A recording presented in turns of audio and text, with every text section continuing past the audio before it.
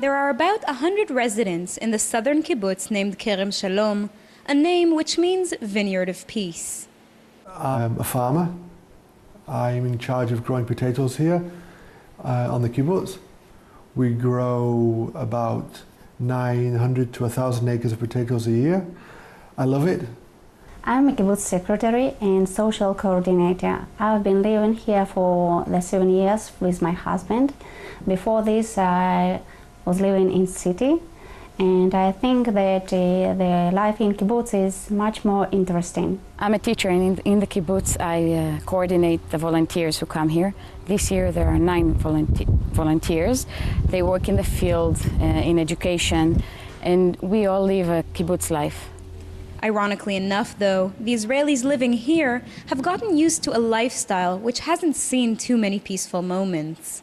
The kibbutz is located right by Israel's border with Gaza, as well as near the border with Egypt. You're right at the junction of a very intense place, very intense location. So we live here from event to event, and when it is too quiet here, we begin to worry.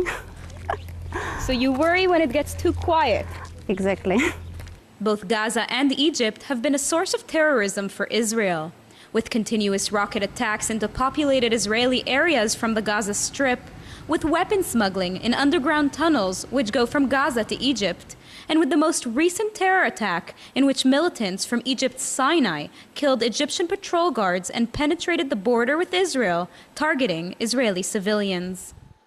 2 weeks ago, we were at home with our family, and suddenly we heard firing, and we've gotten a text message that we must go to shelter. It was only the next morning, 7 or 8 in the morning, that we found out what had really happened.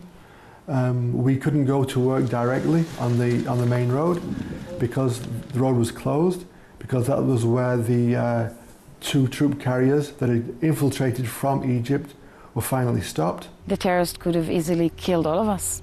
The men who were outside, the people in the houses, it's not so difficult to get inside if they want to shoot us. They had bombs, they could have exploded them. And this was not the only incident that took place right outside of this kibbutz. 6 years ago, an Israeli tank was attacked by Hamas gunmen right by that tower, killing 2 soldiers and kidnapping Gilad Shalit, who was then held in captivity for over 5 years. When we found out about the kidnapping of Gilad Shalit, it was very scary because it was very close to kibbutz. Many of people have left after this. That's always been a frightening scenario, that a terrorist attack might come up from underground and they might infiltrate the kibbutz through a tunnel inside the kibbutz. And in that situation, the soldiers who are guarding us are much less effective. This 8-meter wall protects the kibbutz from Gaza. Additional security measures are applied as well in order to keep the residents safe. But one must wonder why people would choose to come and live in a place surrounded by security threats.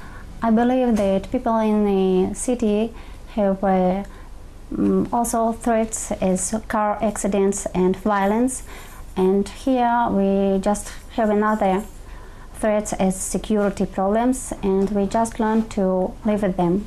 I keep my optimism, and I believe that the things will change.